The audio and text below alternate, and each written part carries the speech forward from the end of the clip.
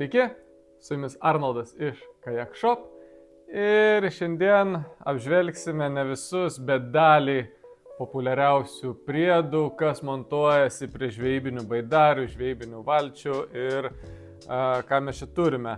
Praeitose video matėte meškerės laikiklis, kuris fiksuojasi ant begelių arba specialios platformos, papildomi begeliai, kuriuos galima pastatyti į baidarės vidurį arba į šoną, ten, kur jums yra patogu su dar papildomais laikikliais. Turime sukinėjančią platformą, ją galite pasikelti ir ant tos platformos prisitvirtinat ekraną ar mobilų ar echolotą ir panašiai. Ir jinai sukinėjasi jums patogių kampų, kad visą laiką matytumėt, ar ten priklausomai nuo saulės ir panašiai.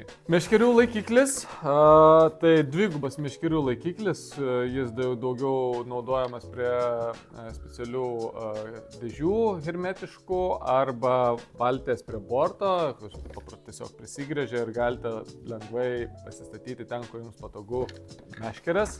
Žinoma, yra komplektai stovų, į kurios statosi visokie laikikliai ir panašiai, būtent su šita žvaigždutės sistema. Jos galima prisukti tiek prie baidarijos, galima ir priklijuoti prie PVC medžiagos, tai ar prie irklenčių, ar prie guminių valčių, jeigu jums trūksta papildomai kažkokių vietos kažkokiem aksesuaram. Tai yra laikiklis, pagrinde jisai naudojamas atsistumimo karčiai, arba galima taip pat uždėti ir kitus jums reikiamus dalykus. Jis komplektai yra iš karto su žvaigždutės užrakinamu laikikliu.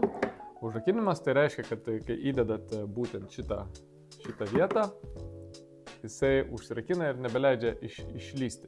Po meškerės laikiklio pats populiariausias yra puodelio laikiklis, gertuvės laikiklis.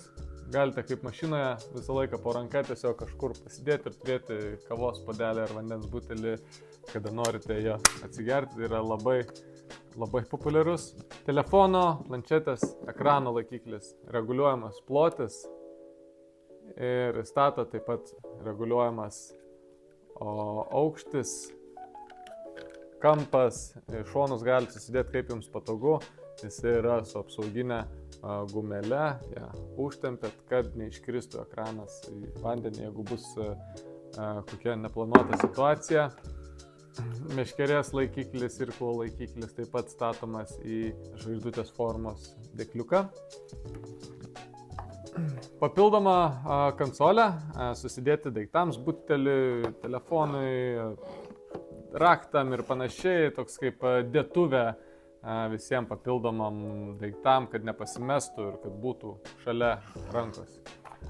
Navigacinė lemputė su LED raudona arba žalia spalva, jeigu plauksite naktį arba kur daugiau vyksta laivyba, kad iš tolo matytumėtės, jeigu neturite atšvaitų. Taip, variklio laikiklis, tai dedasi į stabilizatorių vietą, atsistumia, specialiom plokštelėm iš viršaus prisitvirtina. Ir prie tefloninės plokštės kabinasi pats variklis. Tada variklis būna arti jūsų, jūs paleidžiate eiti kokiu norite greičiu, o tiesiog su kojų sistema arba su rankinėle vairuojat baidarę ir plaukiat į priekį. Parodysiu dar, kaip jisai montuojasi ant baidarės. Taip pat vieni iš populiariausių yra hermetiški maišai, yra įvairių dydžių.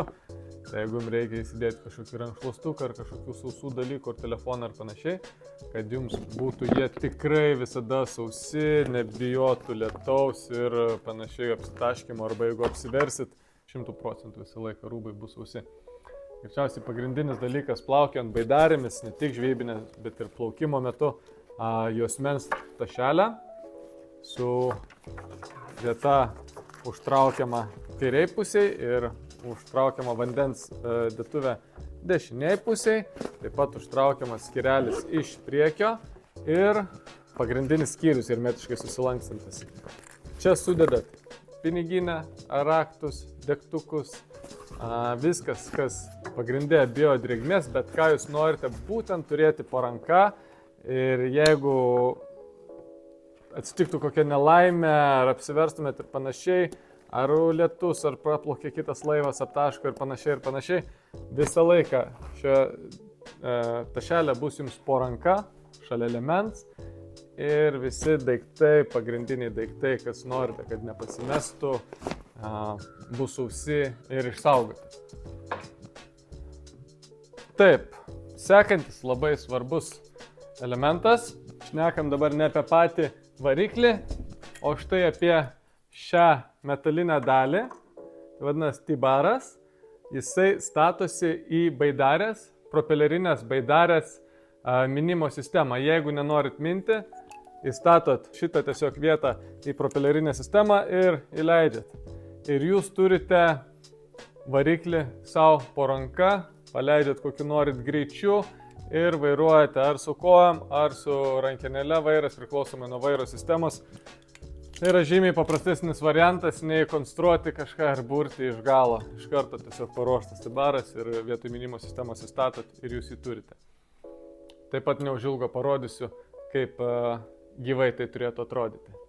Ko dar nepaminėjau praeitoje dalyje, taip pat vienas labai svarbus priedas žvejybai iš baidarių yra inkaras. Čia yra 4 kg nedidelis inkaras, kurio pilnai užtenka baidariai. Komplekte yra plūduriukas, virvė, nes jeigu vėjuota diena, inkaras labai praverčia, kad stovėtumėt vietoje ir nešiotų jūsų nuo vieno galo iki kito. Kaip įsistato variklis su T-baru? Žinoma, jums reikės baidarę, į kurią statosi propelerinė sistema. Ir išėmę propelerinę sistemą, labai paprastai į jos vietą įstatome variklį, jį užfiksuojame, kad jis nejudėtų, prisijungiame bateriją, paleidžiam greitį, rankenėlė vairui skirta, su ją vairuojat, variklis stumia jūs tiesiai, o čia vairuojat. Ir puikiai jūs pasieksite variklį įjungti, išjungti. Tai yra pats paprasčiausias būdas, norint prisikabinti variklį ir nereikia nieko išradinėti.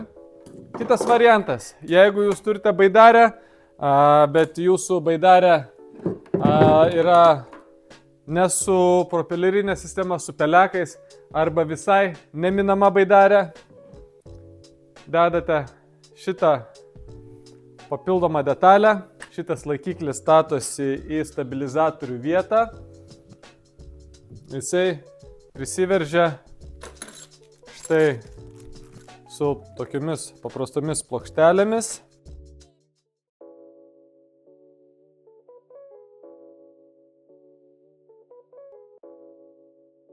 Taip, ir užfiksuojam variklį, priveržiam, prijungiam akumuliatorių, paleidžiam variklį eiti, kokiu jums reikia greičiu, su baidarės vairu vairuojam. Ir nereikia konstruoti kažkokių specialių priedų. Štai kaip atrodo baidarė su sumontuotais varikliais, tai kaip ir minėjau, galimybė įsimontuoti į propelerinės sistemos vietą variklį su T-baru arba primontuoti variklį su papildomu laikikliu baidariai iš dešinio arba iš kairio borto. Tai tiek šiandien apie baidares ir aksesuarus, susitiksime kitose video.